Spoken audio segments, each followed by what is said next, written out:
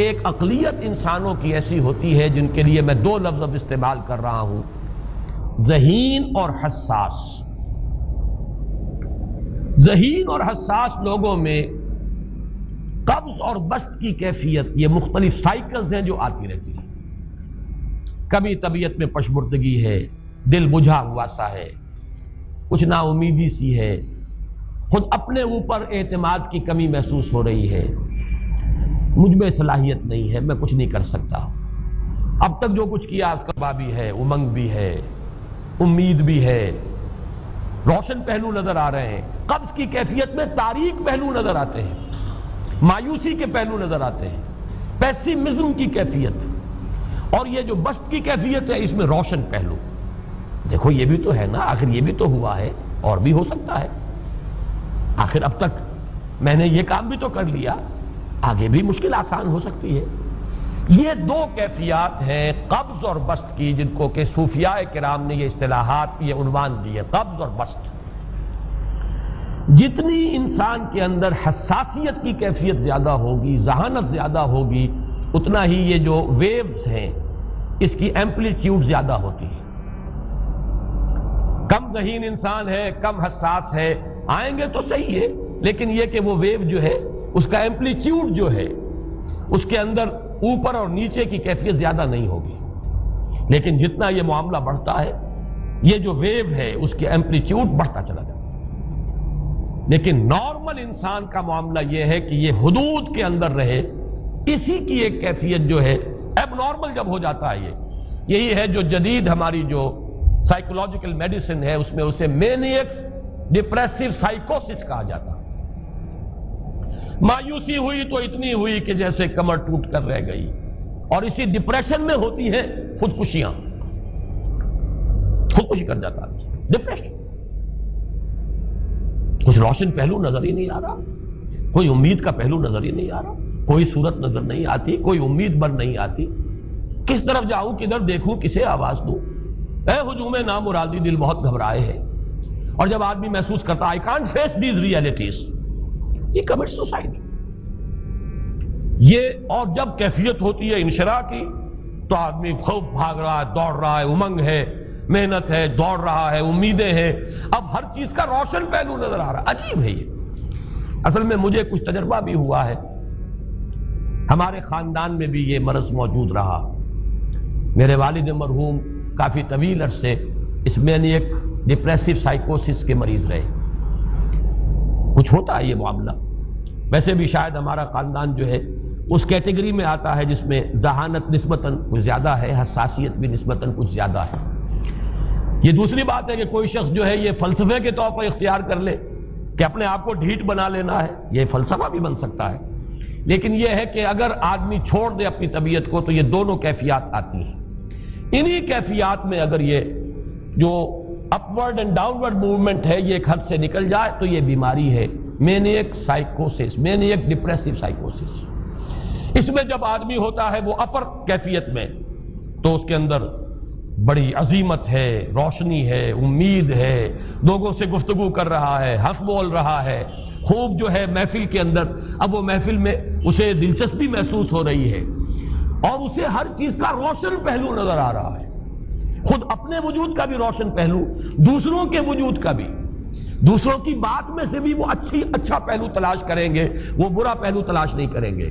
جب دوسری کیفیت ہے ڈپریشن کی، ہر ایک کی بات میں کوئی برائی نظر آئے گی، کوئی اس کی نیت کا فتور ہے، کوئی فساد ہے، کوئی یہ جو ہے بدنیتی کے ساتھ یہ بات کر رہا ہے، کوئی خیر کہیں ہے ہی نہیں، برائی ہی برائی ہے، مایوسی ہی مایوسی ہے، بدلی ہی بدلی۔ یہ ہے در حقیقت وہ کیفیت، اس کو غالب نے بہترین انداز میں تعبیر کیا ہے۔ ذہین اور حساس انسانوں میں ان کی جو ترقی ہے وہ انہی مراحل سے ہو کر گزرتی ہے، اور ہر ڈپریشن کے بعد، ڈپریشن میں اس سینس میں استعمال نہیں کر رہا یعنی بیماری کی حد تک پہنچنے والی ڈپریشن نہیں، صرف قبض کی حد تک پہنچنے والا معاملہ، ہر قبض کے بعد جب بسط آتا ہے تو آگے ترقی ہوتی ہے، جس کو آپ کہتے ہیں بائی لیپس اینڈ باؤنڈس، آدمی جو ہے چھلانگ لگاتا ہے، گویا کہ ایک درجہ جو پہلے تھا اس سے آگے درجہ انسان کا جو ہے اس سے بلند تر پوزیشن پر انسان پہنچتا ہے. ہر قبض کے بعد جو نیا بست آتا ہے وہ ایک نئی کیفیت، نئی شان، نئی بلندی، نئی رفعت لے کر آتا ہے. اس کو غالب نے تعبیر کیا ہے بہت خوبصورت انداز ہے. رکتی ہے میری طبع تو ہوتی ہے رواں اور. یعنی شاعر بھی کبھی ایسا وقت آتا ہے شعر جو ہے وہ اس پر نازل ہی نہیں ہو رہا، شعر نہیں کہہ پا رہا، طبیعت میں رکاوٹ سی ہے، بندش سی ہو گئی ہے، کوئی کلام موضوع ہو ہی نہیں رہا.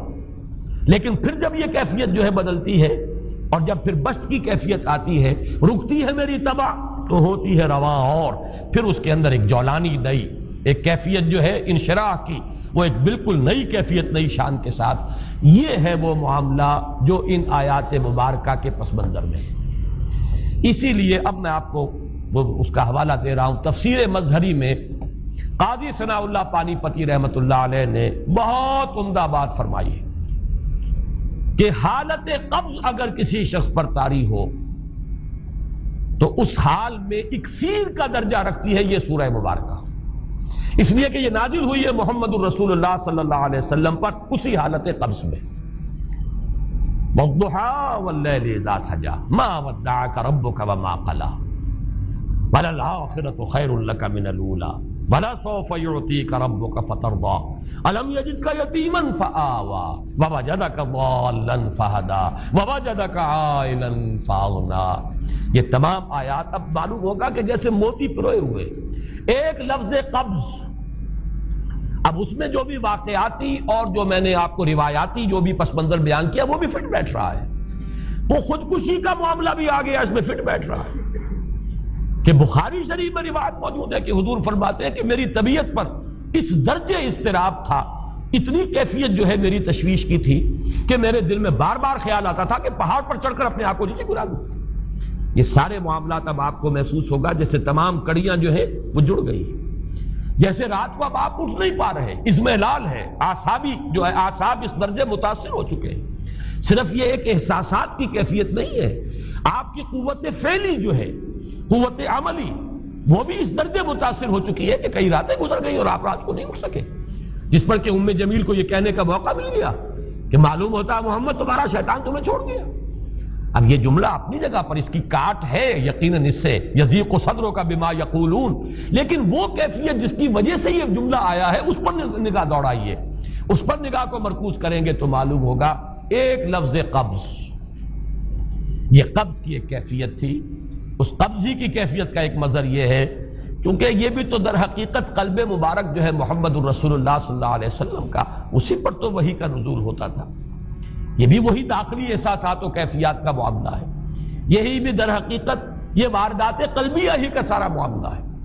اس کو آپ خارج سے تعبیر نہیں کر سکتے. نہ ابھی کوئی ایسے مصائب تھے، نہ ایسی کوئی مشکلات تھیں، نہ ابھی کوئی رد و قضا ایسی شروع ہوئی، نہ ابھی کوئی بحث و نزاع کا معاملہ ایسا ہوا، نہ کوئی ابھی کوئی فزیکل پرسیکیوشن شروع ہوئی. یہ سب داخلی ہی کیفیات ہیں اور ان داخلی کیفیات کے حوالے سے ان سورہ مبارکہ کو اگر صحیح سمجھا ہے تو صوفیہ نے سمجھا.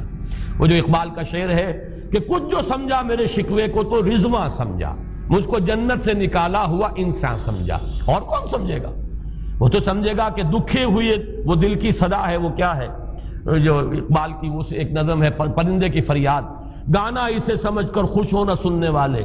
یہ تو در حقیقت ایک دکھے ہوئے دل کی صدا، فریاد یہ صدا ہے.